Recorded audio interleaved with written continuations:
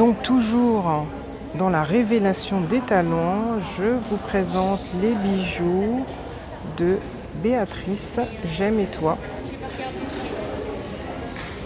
Donc là on a des bijoux qui sont splendides, des orgonites qui sont chargés de fleurs de vie, de cubes de métratron. Voilà. Et ce qui va être important, c'est d'aller à la rencontre de Béatrice. Bonjour Béatrice. Bonjour Sandra. Alors, j'aimerais que tu nous parles de ta créativité. D'où tu trouves ton inspiration? Alors là, je pense que c'est dans les bienfaits de la géométrie sacrée. C'est quelque chose que j'explique pas, mais j'adore. En fait, mon cerveau, il est en ébullition tout le temps. J'ai des idées qui fusent tout le temps. Et c'est vrai que quand je crée, il y a un sentiment de bien-être qui m'envahit et qui ne s'explique pas.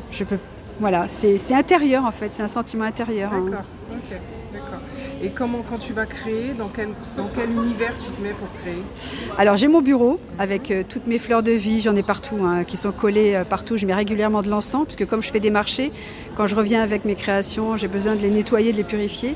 Et alors, mon mari m'a dit qu'un jour il allait installer un lit dans mon bureau parce que j'ai du mal à en sortir tellement je suis bien. C'est un lieu qui m'apaise et en fait quand je commence à créer, je peux commencer à créer quelque chose et puis j'ai une autre idée qui va fuser et puis une autre idée et j'ai beau dire non mais j'arrête, c'est bon, parce qu'au final après j'ai plus de place pour mettre mes créations, mais c'est pas possible en fait, c'est ce qui me fait vibrer et ça se maîtrise pas quoi. C'est juste, c'est magique. Ok.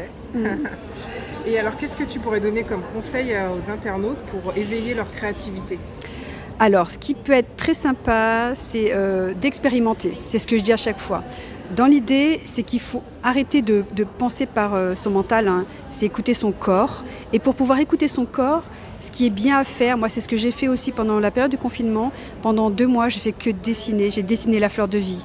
Et en fait, c'est pour ça que j'ai une chaîne YouTube avec un tuto qui explique pas à pas comment dessiner la fleur de vie et se connecter à cette énergie-là. Et en fait, ce qui est bien, c'est que c'est comme si on a nos chakras, en tout cas le chakra coronal qui va s'ouvrir et on a des ressentis qui vont se développer.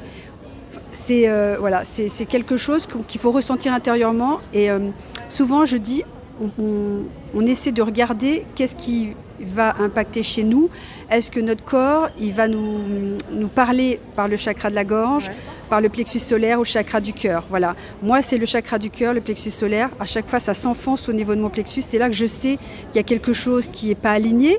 Et dans ces cas-là, je me pose et je dis, OK, qu'est-ce qui se passe? Pourquoi il y a quelque chose qui fait que je ne me sens pas bien, que je ne suis pas alignée? Et j'essaie de réfléchir par rapport à ça. Mais ça peut être aussi le chakra de la gorge. Notre corps, en fait, il nous parle.